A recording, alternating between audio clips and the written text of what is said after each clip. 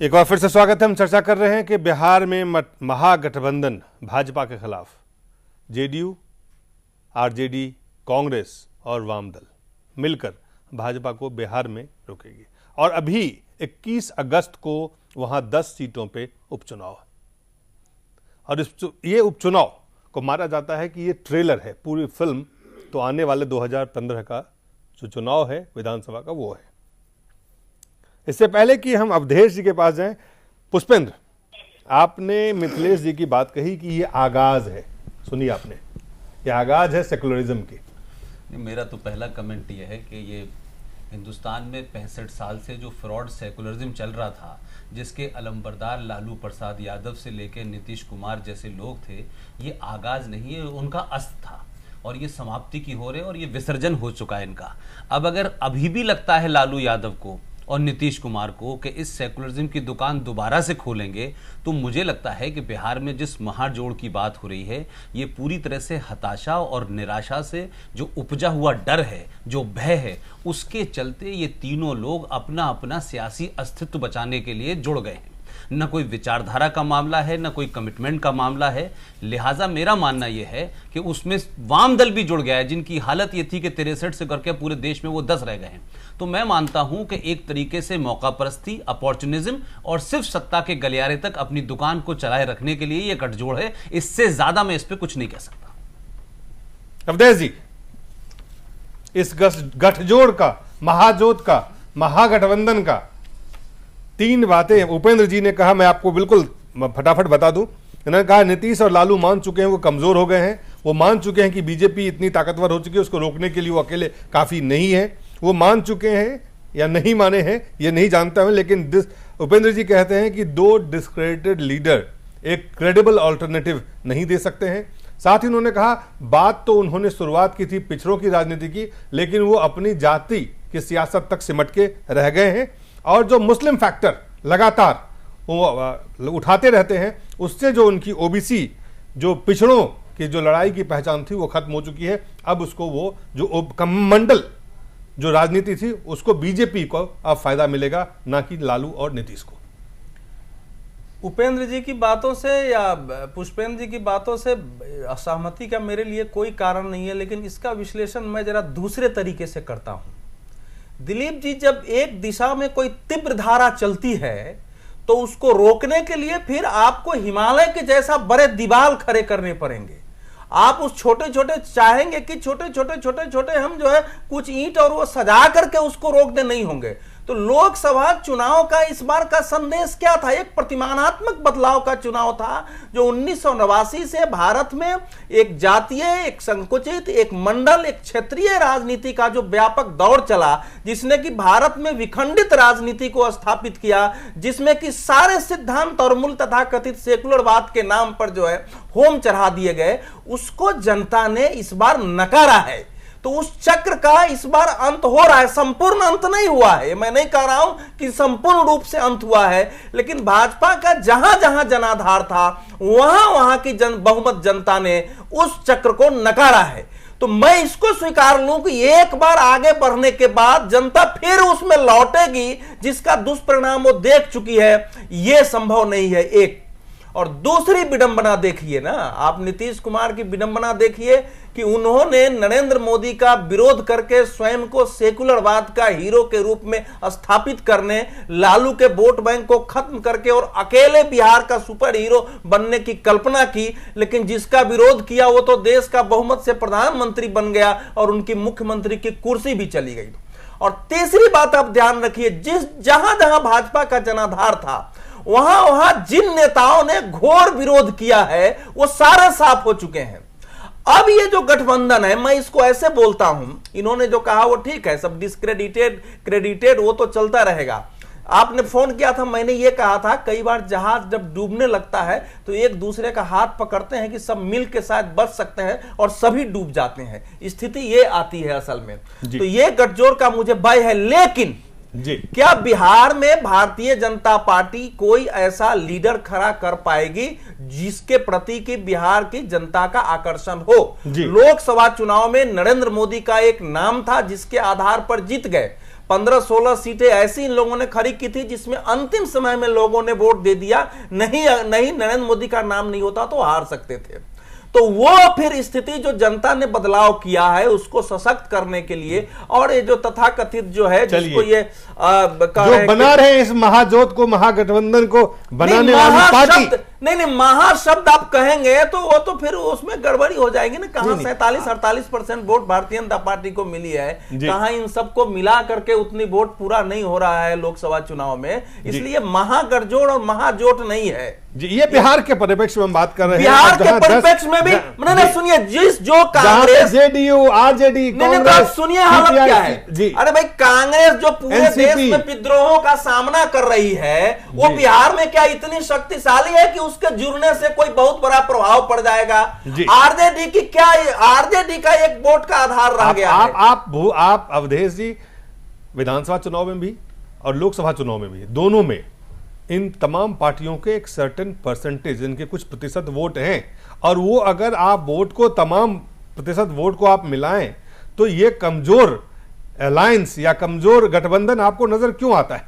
राजनीतिक और सामाजिक समीकरण केवल उस पुराने अंक गणित से नहीं चलता है जी। अंक गणित सारे ध्वस्त हो जाते हैं। उत्तर प्रदेश में भारतीय जनता पार्टी को 16.7% वोट था, और इस समय आप देखिए कि सभी को छोड़ करके उत्तर प्रदेश में 32% वोट लेकर के 42% वोट प्राप्त कर गई। सॉरी 42% वोट, 32 का 42% वोट लेकर चली गई है। तो उन आधार पर नहीं हो सकता है। सवाल यह है कि ये जो गठजोड़ बना है, बिहार के लोग जानते हैं कि इस गठजोड़ के पीछे कोई वैचारिक या बिहार के कल्याण का भाव नहीं है, अपनी राजनीति प्रभाव, वो वैचारिक गठजोड़ तो बीजेपी और रामविलास पासवान जी के एलजेपी में भी नहीं है। बिल्कुल वो वैचारिक गठजोड़ तो अब शायद भारत के सियासत में अगर आप ढूंढते हैं तो वो कहीं आपको मिलेगा।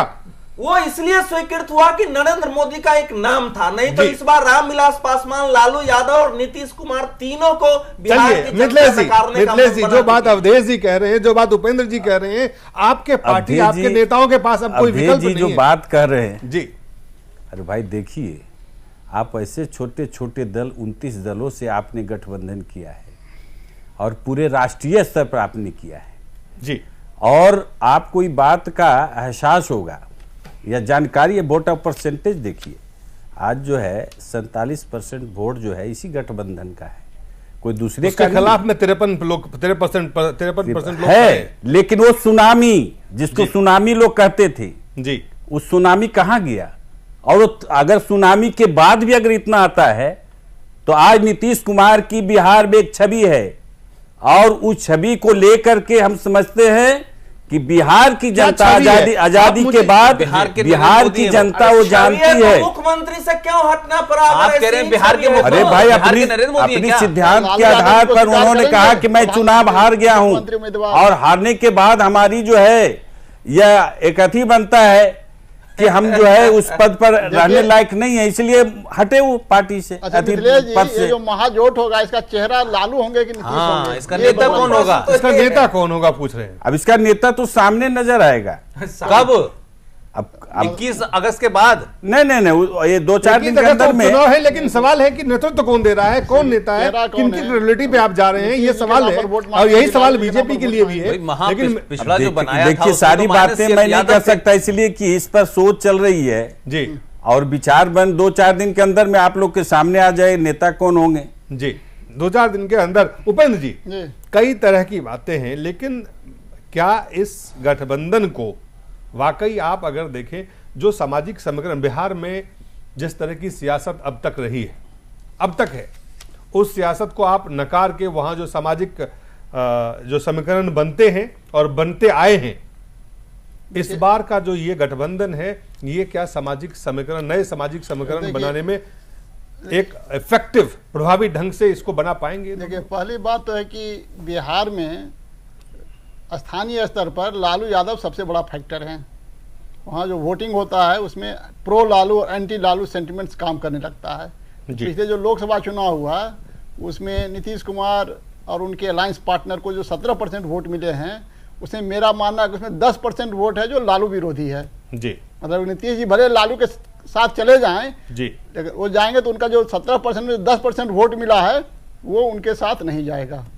तो तो वो जो 10% में करीब 7% है जो बीजेपी की तरफ चला जाएगा, बाकी 3% है जो इंडिपेंडेंट्स, दूसरी छोटी छोटी पार्टियां या बहुत सारे इंडिपेंडेंट्स खड़े होते हैं विधानसभा में, फिर जो 7% उनका है वो भी लेकर के लालू की तरफ नहीं जाएंगे, उसमें भी 2%। हमें लगता है कि जो 17% वोट मिला है उसमें 5% वो लालू को ट्रांसफर कर सकते हैं और 5% है जो छितराएगा चारों तरफ इंडिपेंडेंट्स और जहां तहां, और 7% है जो बीजेपी में जाएगा। मतलब है कि अगर वो मिलेंगे तो बीजेपी को 2% और ज्यादा वोटों का फायदा होगा। इस तरह का है जो वहां का इक्वेशन बना हुआ है, क्योंकि वो ठीक है राष्ट्रीय स्तर पर। क्या लगता है ये तमाम जो आंकड़े हैं, ये तमाम जो आकलन है, ये नीतीश जी, लालू प्रसाद यादव नहीं जानते हैं?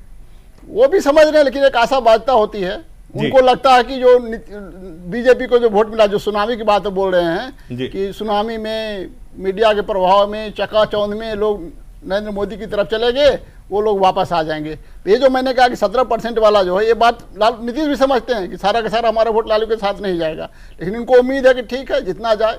हम बोल रहे हैं कि 5% जाएगा, वो सोचते होंगे कि 10% जाएगा। उनको लगता होगा कि 10% ही है जो एंटी लालू वोटर्स है जी। तो वो अपना आकलन होता है, उनका आंकड़ा कम होगा, मेरा आंकड़ा ज्यादा है जी। लेकिन उनको ये लगता है, जैसा कि मतलेश जी ने अभी कहा है, वो सही इनका सोचना है, मतलब अपने हिसाब से सही सोच रहे हैं।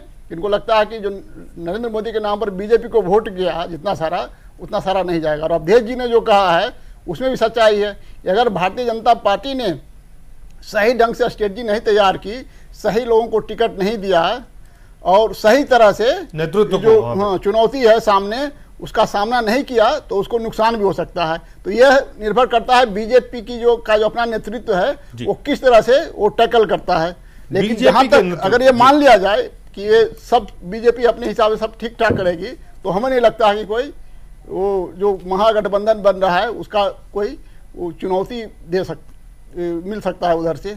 मतलब है कि वो अपने आप में चुनौती नहीं है। बाकी भारतीय जनता पार्टी की किस तरह की तैयारी होती है, किस तरह का टिकट वितरण होता है, क्या ये करते हैं। इसे लोकसभा चुनाव में तो हमने कहा था आपको कि भारतीय जनता पार्टी को सिर्फ कमल चुनाव चिन्ह पर 32 से ज्यादा सीट मिलेगी, 32 मिनिमम था। इन लोगों ने वैसे ही बहुत सारी सीटें इधर उधर फेंक दी, 10 सीट इधर दे दी, उस 30 पर लड़े ही चुनाव। मैं 32 का आकलन मेरा था, वो 30 पर लड़े। नहीं, तो रामविलास से गठबंधन के बाद एक विरोध हुआ, उसका फायदा नीतीश को मिला। नीतीश को सकता है एक भी सीट नहीं मिलती। बीजेपी के सांसद भी हैं, नेता भी हैं, सतीश जी, जो बिहार की जो जमीनी स्थिति है वहां पे आप हमेशा समीकरण, आप वही कारण था आप रामविलास पासवान के साथ आपने समझौता किया, वही कारण था आपने कुशवाहा साहब के साथ समझौता किया।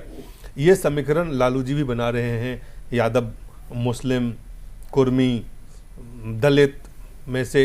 ये जो समीकरण है, इस समीकरण और इसके पीछे और कोई कारण था आपको नजर आता है कि समीकरण, सियासी समीकरण बनाने के पीछे अगर ये तमाम नाम है तो उनका सीधा सीधा उनका जुड़ाव उनके जातीय जो अस्तित्व है, उनका जो उनकी पकड़ है उससे है। ये तो आप मानेंगे।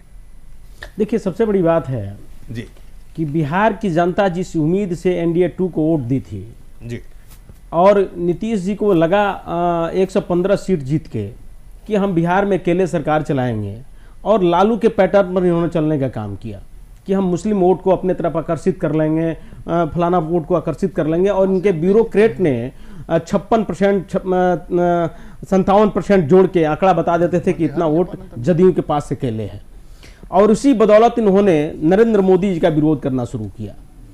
और नतीजा हुआ कि फलाफल कि आगे हम लोग भारतीय जनता पार्टी को उन्होंने सरकार से अलग किया, और उसके बाद इनका जो डिमोशन होता है, राजनीति में जो क्रेज होता है, धीरे धीरे गिरना शुरू हो गया। और जब बचा बिहार में, जब सांसद अधिक जीत के गए तो इन्होंने उस कारण से नहीं इस्तीफा दिया जी कि हमने कम वोट पाया है। इनका कारण ये था, अगर बिहार की जनता के साथ इनकी अगर सिंपैथी होती कि बिहार की विकास के लिए जनता मुझे वोट दी है, तो ये वहां समझौता करते, अपना इस्तीफा नहीं देते, आते यहाँ प्राइम मिनिस्टर साहब के शपथ ग्रहण में और डिमांड करते विशेष राज्य का पैकेज का या विशेष राज्य की दर्जा का। तो इन्होंने ये रुख नहीं अपना के और इस्तीफा दे दिया तनाशाही में, और इस्तीफा देके बिहार की जनता को समझाने चले कि विकास बिहार का नहीं, तानाशाही की बात नहीं के सुनिए, आपको बता रहे अटल जी की सरकार में रेल मंत्री थे, उस समय भी 2 बार। एक सेकंड सुन लीजिए। बिहार की जनता समझ चुकी है कि अब नीतीश जी की जो भी है एक ढकोसला है, विकास इनके नाम पर नहीं है, विकास ये अब नहीं कर सकते हैं, अब किसी तरह भारतीय जनता पार्टी को रोको अभियान में लगे हैं। बिहार की जनता जान चुकी है, और बिहार की जनता या कहीं की जनता वोट देके ही लीडरशिप पैदा करती है। तो भारतीय जनता पार्टी में आज के डेट में विश्वास है बिहार की जनता को।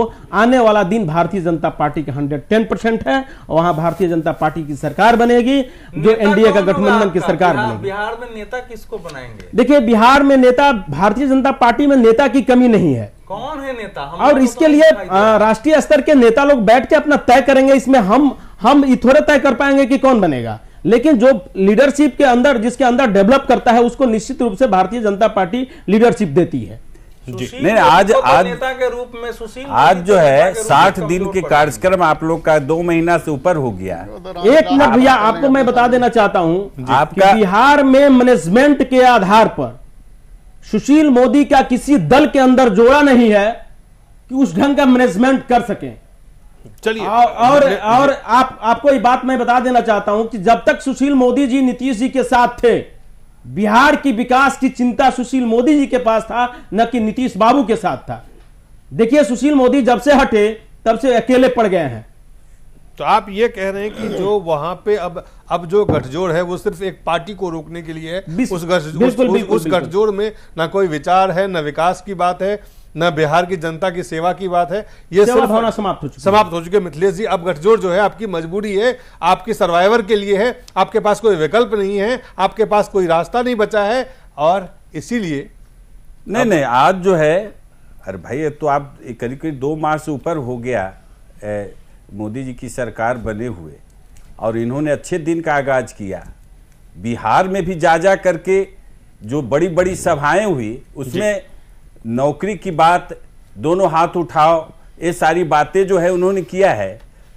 कौन सा ऐसा जो है उन्होंने एक माहौल तैयार किया है कि बिहार की जनता अपने आप में वह ठगी महसूस कर रहा है कि भाई ये जो है जाकर के 2 माह के अंदर में ना तो महंगाई कम हुआ, और ना हमारे बीच में जो है नरेंद्र मोदी के सरकार पे आप अलग से बहस में हिस्सा ले तैयार हो के आए। नहीं, आज जो स्थिति है, बिहार की जनता आज ठगी महसूस कर रही है। बिहार की जनता ने विधानसभा चुनाव में एनडीए को वोट दिया, जिसके नेतृत्व में वोट दिया, उसके जगह आपने किसी और को मुख्यमंत्री बना दिया है, तो लोग ठगा इस कारण ज्यादा महसूस एक और कारण है ठगा महसूस और ये दूसरा ठगा इसलिए महसूस करेंगे। नहीं, हम तो ऐसे लोगों को मैंने मुख्यमंत्री बनाया है जो समाज का सबसे नीचे तबका के लोग मानते हैं, और वैसे लोगों को मैंने ऊपर उठाने का काम किया है। बिहार ने महाचरित आयोग का गठन किया है। आप सवाल उठता है कि इस आयोग के माध्यम से आज बिहार की जनता खुश है, और नीतीश कुमार को फिर पुनः बढ़ाने का काम करेंगे। मिथिलेश भैया, एक बात मैं जानना चाहता हूं कि क्या अगला विधानसभा का चुनाव मांझी जी के नेतृत्व में आप लड़ेंगे, उनको मुख्यमंत्री मान के चुनाव लड़ेंगे? अरे भाई क्यों नहीं है, हमारे पार्टी का जो है, देखिए सब देखिए, भ्रम है। जनता को दिग्भ्रमित करने के लिए आप लोग कार्ड खेले हैं, इस कार्ड से बहुत असर नहीं पड़ने वाला है, ठीक है ना। और बिहार की जनता एनडीए 2 को वोट दी थी, सुशील मोदी को और नीतीश कुमार को वोट दी थी, न कि आपको केवल वोट दी थी। आपको नहीं वोट दी थी कि मांझी सरकार को, आप मांझी जी को मुख्यमंत्री मानिए। देखिए, मांझी जी के मुख्यमंत्री बनने का श्रेय भी नरेंद्र मोदी को ही जाएगा। वह नरेंद्र मोदी प्रधानमंत्री बने तो इनको हार करके अरे भाई हार की नैतिकता के सिद्धांतों के आधार पर, सुन लीजिए, सिद्धांतों के आधार पर वो जो है अपना इस्तीफा भी दिए, और अपने सिद्धांत मूल्यों के आधार पर, देखिए सिद्धांत जो है वो सिद्धांत में कभी घाटा भी हो सकता है, फायदा भी हो सकता है। कौन सा सिद्धांत? मिथिलेश वो कह रहे हैं सिद्धांत कौन सा? वो इस्तीफा दिए, उसके पीछे सिद्धांत क्या था? अरे सिद्धांत था क्या, वो नैतिकता के आधार पर उन्होंने, क्या वहां नैतिकता क्या था? क्या अनैतिक था? क्या ऐसा अनैतिक क्या हो रहा था जो नैतिकता की बात आ गई? अरे भाई नैतिकता आप अटल जी की सरकार में देखें, जब रेल एक्सीडेंट कर गया तो उन्होंने जो है 2 बार इस्तीफा दिए। कहाँ इस्तीफा दिया? सरकार और पूरा जो है उन्हें वापसी किया गया। उस नैतिकता पे हम नहीं जाएंगे, क्योंकि सबको पता। एक बात बताइए भैया, आप अगर उनको बिहार की जनता के साथ अगर सिंपैथी होता तो इस्तीफा देने की कोई बात ही नहीं बनती। नहीं तो पार्टी नहीं बचती। आपको क्या बात कर रहे हैं?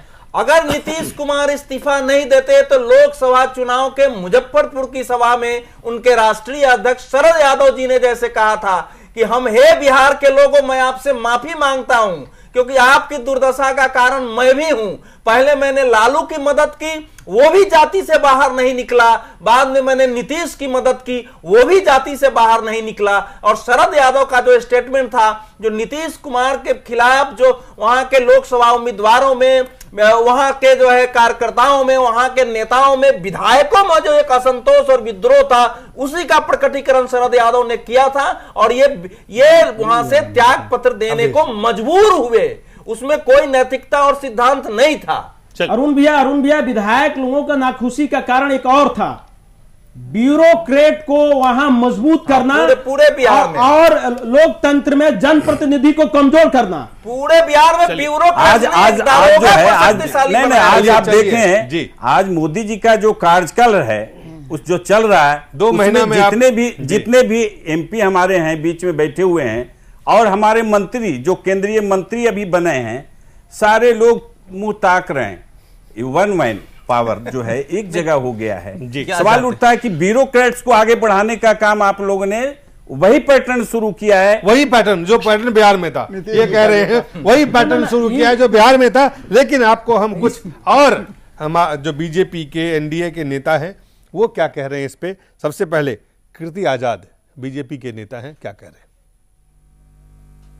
लोकसभा के चुनाव में हम लोगों का प्रदर्शन रहा है, दोनों पार्टियां इतनी ज़्यादा भयभीत हो गई हैं, उनको पता है कि अब उनके अस्तित्व की लड़ाई है। पर ताज्जुब होता है, आश्चर्य होता है, जिनकी राजनीति आज तक एक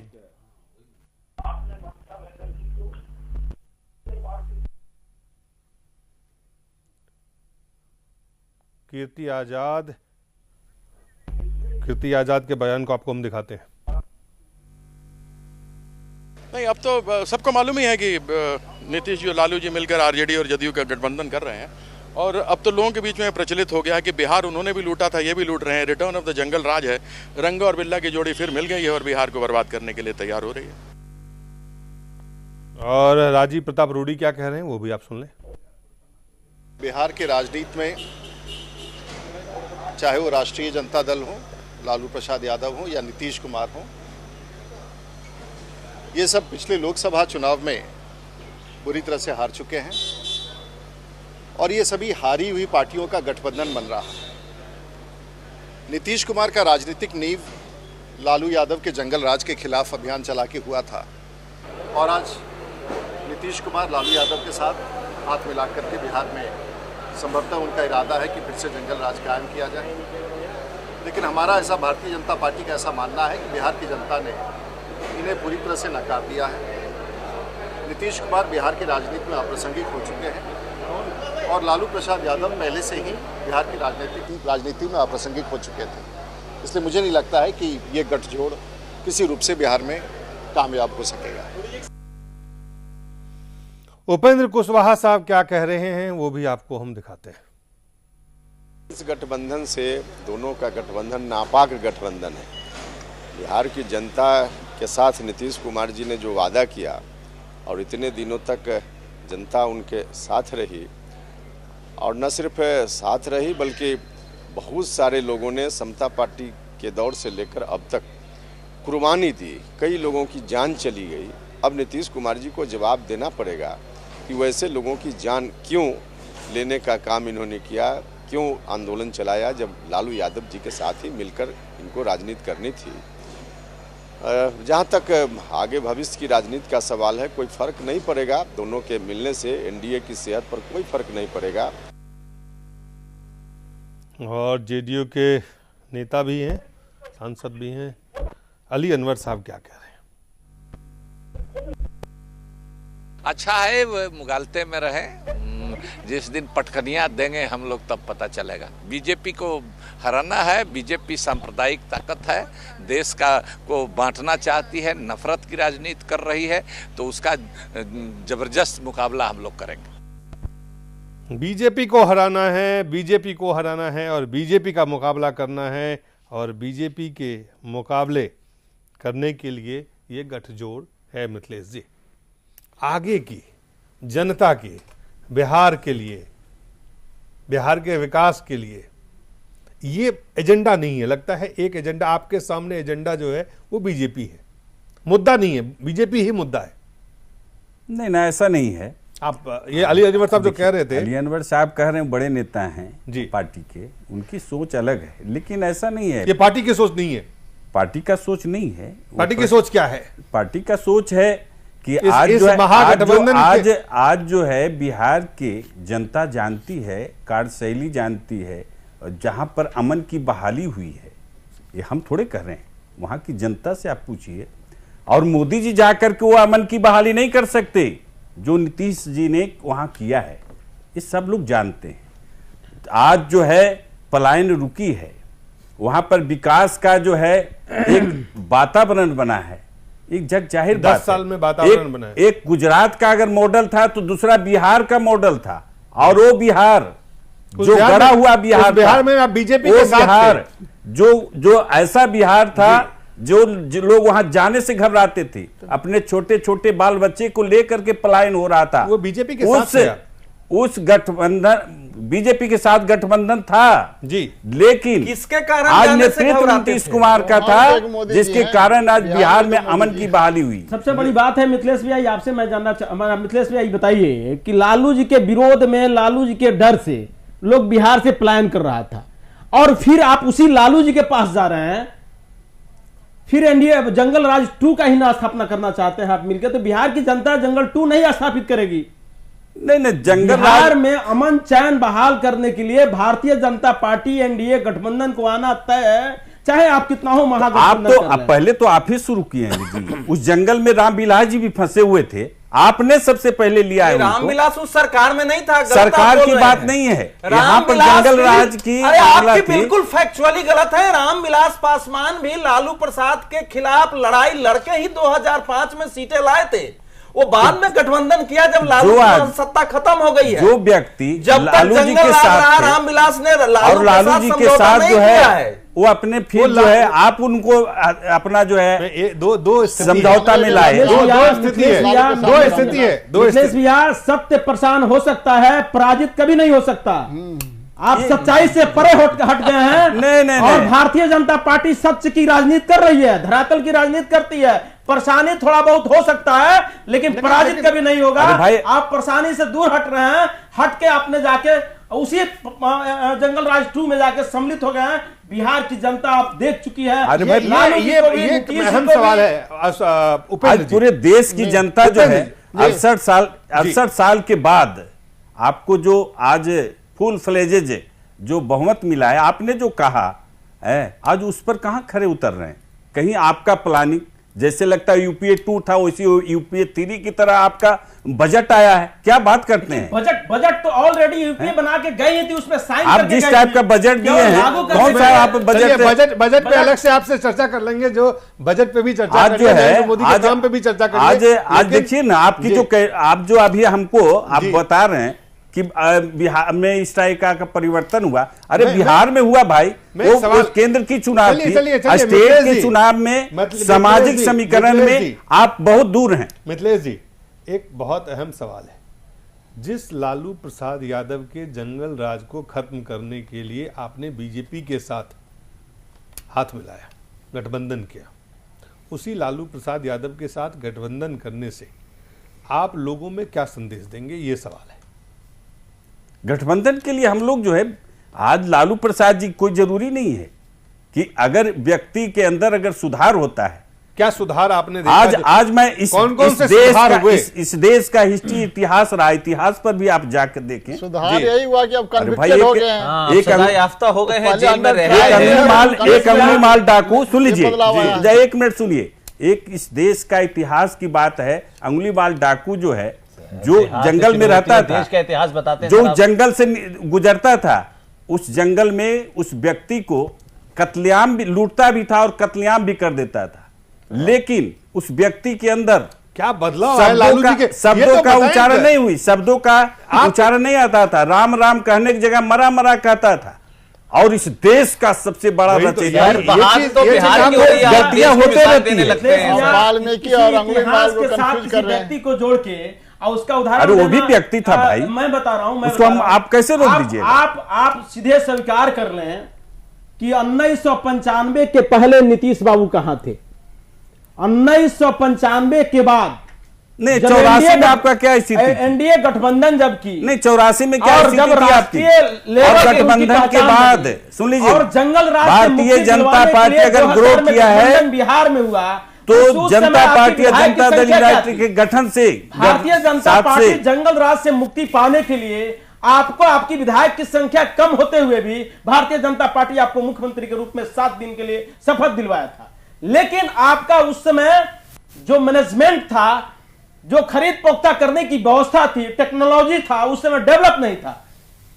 आपने गठबंधन अपने सत्ता में आते हुए भी नहीं आपका बहुमत सिद्ध कर पाया। उसके बाद 2005 की फरवरी के चुनाव में सतीश जी एक बात आप जैसे ही देख लीजिए, अरे भाई आप सोचिए जरा सा, अगले बार चुनाव के बारे में आपने जो लोकसभा लड़े हैं, माइनस मोदी बिहार नहीं गए थे प्रचार करने, उसके बाद भी हम लोग भाजपा और जनता दल यूनाइटेड गठबंधन 32 सीट जीते थे, और इस बार आप गए प्रचार में फिर भी 32 से जीते। तो क्या मतलब कौन सा ऐसा फॉर्मूला आपने वहां लागू किया भाई?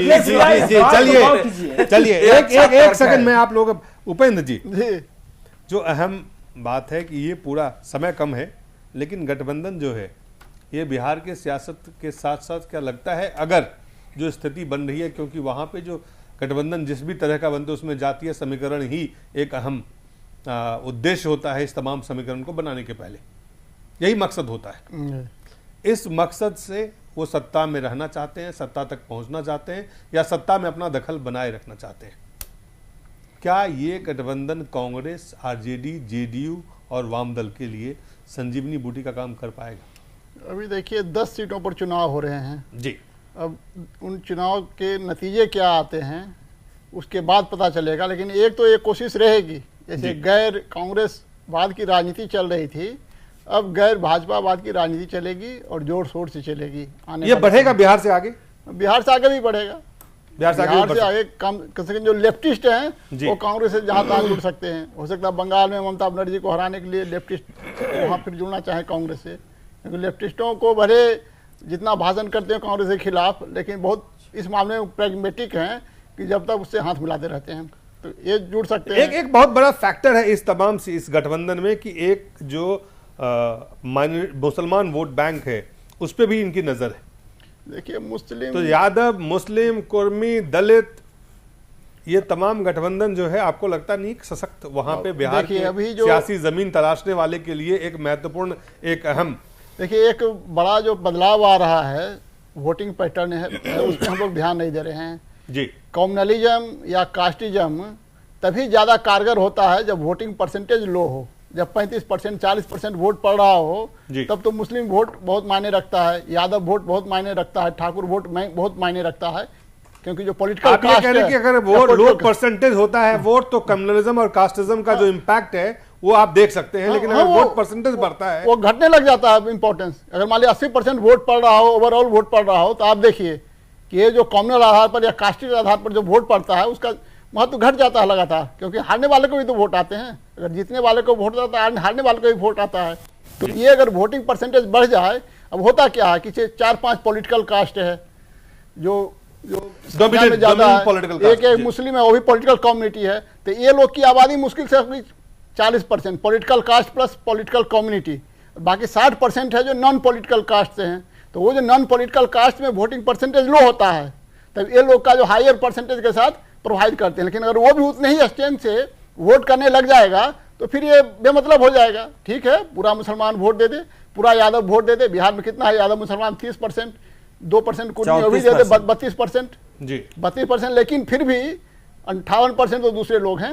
अगर वो लोग भी उसी स्ट्रेंथ में वोट देने लगेंगे तो आप 40% वोट ला करके भी, ये जो अलायंस आप बोल रहे हैं महाजोट है, उस 40% ला करके भी हो सकता है कि 243 में से 50 सीट भी नहीं ला पाए, ये भी संभव है। आप देखिए ना पश्चिम बंगाल में लेफ्टिस्ट को करीब 40% वोट मिला था विधानसभा चुनाव में जी, उसके पास सीटें कितनी है? बहुत कम सीट है, क्योंकि जैसे जैसे पोलराइजेशन होता है दोनों तरफ के वोटिंग परसेंटेज बढ़ने लगता है। ये पोलराइजेशन पुष्पेंद्र अभी हमने देखा लोकसभा चुनाव में खास करके जो मुस्लिम फैक्टर, जिसको लेके बहुत सारी लगातार एक ऐसा फैक्टर चुनाव में रहा है, और ये भी उपचुनाव का मसला है। इस उपचुनाव से पहले ये गठबंधन बनाने की पूरी कवायद है, और इस कवायद कितना ये इसमें सफल होते हैं नीतीश जी, लालू जी, ये तो 21 अगस्त को जब चुनाव खत्म होगा, परिणाम आएंगे, तब पता चलेगा। लेकिन रिवर्स पोलराइजेशन भी देखा गया है, उसका उल्टा असर होता है। तो बिहार में अगर इस तरह का कोई गठबंधन बनता है जिसका कि असर उत्तर प्रदेश या बाकी देश पे जिस तरह से बात कह रहे हैं नेता जेडीयू और आरजेडी के, तो आपको लगता है कि इसका रिवर्स पोलराइजेशन बिहार में हो सकता है? नहीं, आप एक मुसलमान अगर एक तरफ वोट देते हैं उसके पक्ष में, इसका जो है वो एक उसके ठीक विपरीत जो हिंदू जो है वो यूनाइट हो सकते हैं। देखिए, इस तरह की ये स्वाभाविक है। आप अगर हर बार माइनॉरिटी का डर दिखाएंगे और ये कहेंगे साहब कि वो तो एक चंक और बल्क में वोट देते हैं, तो उसका रिएक्शन होगा। जो बात उपेंद्र भाई कह रहे हैं, अवधेश भाई कह रहे हैं, ये 65 साल के इंतजार के बाद रिवर्स पोलराइजेशन हुआ है। आप देखें कि जब पहले राउंड की हमारे यहां पोलिंग हुई थी, उस पर उत्तर प्रदेश के 10 सीटों पे हुई, और वो वेस्टर्न यूपी थी जहां 42%, 35%, 39% मुसलमान था। और मुजफ्फरनगर की वजह से जितना कम्युनलाइज हुआ, जितना नेताओं ने, चाहे वो आजम खां हो चाहे मुलायम सिंह हो, कम्युनलाइज करने की कोशिश की, उसका रिवर्स ये हुआ कि उस क्षेत्र की सबसे बड़ी पार्टी राष्ट्रीय लोकदल, वो 0 बाप बेटे दोनों हार गए। और कांग्रेस पार्टी ने जितना मुस्लिम कार्ड खेला, चाहे वो तमिलनाडु में हो, चाहे महाराष्ट्र में हो, चाहे जम्मू कश्मीर में हो, नेशनल कॉन्फ्रेंस 0, बसपा 0, समाजवादी पार्टी 4, डीएमके 0। आप ये देखें कि कांग्रेस पार्टी ने जिस तरीके से कम्युनल वायलेंस बिल लाने की कोशिश की, मुलायम सिंह ने 95 करोड़ देने की कोशिश की, आजम खान ने दंगों के बाद भी लोगों को किया, कुछ बीजेपी के एमपीओ को फंसा दिया, एमएलए को फंसा दिया। तो ये रिवर्स, देखिए ये जो मानसिकता है इस पूरे हिंदी बेल्ट में, खासतौर से उत्तर प्रदेश और बिहार में, यहां का मुसलमान जो है एक ही अंदाज में रिएक्ट करता है। उनको लगता है कि जो भारतीय जनता पार्टी को हरा सकता है हम उसको दे दें, वो कोई भी हो।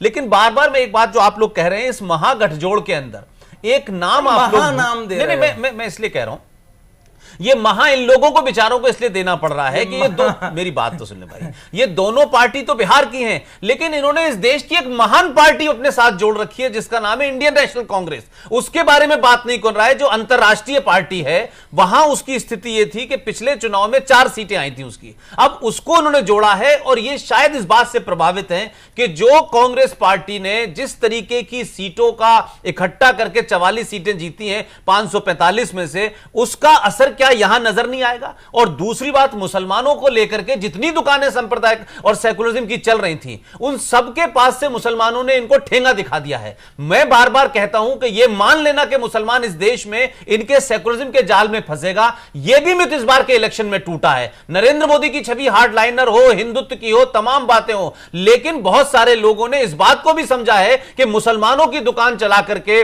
आप अपनी जाति की राजनीति करते हैं, मुसलमान से सिर्फ आप सीट जीतना चाहते हैं। आप मुख्यमंत्री की बात आती है तो आपको मांझी जी याद आ जाते हैं। नरेंद्र मोदी के खिलाफ बोलना होता है तो कहते हैं बिहार में हम मुख्यमंत्री मुसलमान बनाएंगे, तो नीतीश कुमार ने क्यों नहीं मुसलमान मुख्यमंत्री बनाया? तो सवाल यह है कि ये जो सूडो किस्म का सेकुलरिज्म था, यह भी पूरी तरह से ध्वस्त हुआ है। चलिए, ये भी पूरी तरह से ध्वस्त हुआ है। जो सवाल है मिथिलेश जी कि जात और धर्म की सियासत, काठ की हांडी आप बार बार चढ़ा करके खाना नहीं पका सकते, ये कह रहे हैं। ये जो इन्होंने पुष्पेंद्र जी ने कहा, बड़ा अच्छी बात है कहा कि बार बार जो है काट के हाड़ी चढ़ा करके आप जो है बार बार हिंदू कार्ड खेल करके आप ज्यादा दूर तक नहीं जा सकते। ये नहीं कहा इन्होंने, मैंने तो कहा ही नहीं। इस देश का जो है, मैंने तो आप मान लीजिए इस शरीर का अंग है, हम अंग को अगर काट देते हैं, कुछ आज आपको अपनी बात कहने के लिए कभी उंगली मार को, कभी शरीर के अंग को, आप जो आप है कह रहे हैं आप ज्यादा दिन तक नहीं ले जा सकते। मिथिलेश जी, आपने शुरू में कहा ये बिहार की जनता के साथ ठगी है। मैं कह रहा हूं ये जनता के साथ ठगी नहीं है, ये 3 सियासी ठग जो खड़े इकट्ठे हो गए हैं, इन तीनों ठगों ने जो है बिहार की जनता को ठगने की तैयारी की है। इनका सिर्फ अपना वजूद बचाने के लिए कि ये 2-2 और 1-1 पार्टी की दुकान है, ये बच जाए। ये 3 बड़े ठग जो है ये देश की बिहार की जनता को ठग रहे हैं। सतीश जी देखिए, बहुत कम शब्दों में बिहार की जनता मन बना चुकी है। ये तीनों आदमी से अलग हटके मजबूती से बिहार में बीजेपी की सरकार बनाएगी और बिहार को विकसित बिहार के पटरी पे ले जाने का काम करेगा, बीजेपी करेगी। अवधेश जी, कंक्लूड करते हुए बस 3 बातें मैं कहूंगा कि बिहार की जनता की इस समय जो है सामूहिक चाहत क्या है, वो क्या चाहती है, क्या ये गठजोड़ उस सामूहिक चाहत को पूरा करेगी। चाहत ये है, बट समाज वहां बटा हुआ है आज भी। नहीं, लेकिन एक अलग अलग समाज के अलग अलग आवश्यकताएं हैं, उसको आप नकार नहीं सकते। एक जो है कलेक्टिव एस्पिरेशन होता है, सामूहिक अभिप्सा होती है, उसी में से निकाला जाता है। तो वो इस समय ये है कि भाई कुछ लोग बहुत विकसित हैं, कुछ लोग हैं अभी भी कतार में बिल्कुल पीछे खड़े हैं, वही फिर भी वहां पे एक समान नहीं जी एक सबसे मिला के एक कॉमन जो है एक सामूहिक अभिप्सा होती है हर राज्य की, हर जगह की। वो बिल्कुल उसको काट के आप राजनीतिक विश्लेषण नहीं कर सकते हैं। सबकी यही है कि जो बिहार में इस समय एक प्रशासनिक अव्यवस्था कायम हो गई है, जो विकास पीछे चला गया है और माओवाद का जो खुला विस्तार हुआ है कि लोग घर में बैठ के पत्र भेज करके और वो व्यापारियों से ठेकेदारों से पैसा वसूलता है तभी काम कर सकते हैं। ये जो एक है, इन सब से बिहार को मुक्ति चाहिए और ये गठबंधन उसकी मुक्ति दिला सकती है क्या? एक दूसरी बात कि बिहार में अच्छा हुआ कि बिल्कुल राजनीति 2 ध्रुवीय हो जाएगी। अब जनता को फैसला करने में बिल्कुल सुविधा होगी कि हमको इधर जाना है या उधर जाना है। और तीसरी बात, अगर मुस्लिम वोट के लिए, और मुझे लगता है ये करेंगे जो आप कह रहे थे कि अगर जरूरत से ज्यादा ये जोर लगाएंगे और लगाएंगे ही उसके लिए, तो उसके जो विपरीत प्रतिक्रिया होगी दिलीप जी, उसमें हिंदू के अंदर के जातीय दीवारें भी टूटेंगी, उसमें जो संपन्नता और विपन्नता की खाई है वो भी टूटेगी, खासकर सीमांचल क्षेत्र में, और फिर परिणाम इनके विपरीत जा सकता है। लेकिन मैं वहीं आके रुकूंगा कि मुझे इस समय एक कोई बिहार में वैसा व्यक्तित्व भाजपा का नजर नहीं आ रहा है जिसके प्रतीक को देख करके और ये सारी परिणति उनके पक्ष में हो। मुख्य बात जाके अटकेगी अंतिम में नेतृत्व पर। कितनी गंभीर लड़ाई है उपेंद्र जी दोनों इस महागठबंधन के खिलाफ, जिसके खिलाफ ये भाजपा और महागठबंधन। एक सेकंड उपेंद्र जी, मुझे वो जो फिल्म का एक गीत है ना, हाय रे इनकी मजबूरियां, वो जरा कुछ अंधेरे में नजर आता नहीं, ये अंधेरे में देखने की कोशिश कर रहे हैं। कोई तारा राह दिखलाता नहीं, ये तारा से राह देखने की कोशिश कर रहे हैं। समा के अंजाम की किसको खबर, खत्म होगी या जलेगी रात भर, हाय रे इंसान की मजबूरियां। तो ये ऐसे ही जो है उपेंद्र जी कितने गंभीर बोले। अभी 10 सीटों पर चुनाव हो रहे हैं जी, ये 10 सीटों पर जो चुनाव के रिजल्ट आएंगे जी, उसके बाद असली राजनीति शुरू होगी। उसके बाद पता चलेगा। नहीं, इसमें तो मुझे बीजेपी की सफलता की बहुत संभावना इन 10 पर नहीं दिख। बहुत धन्यवाद अवधेश जी, मिथिलेश जी, सतीश जी, पुष्पेंद्र जी और उपेंद्र जी, बहुत बहुत धन्यवाद।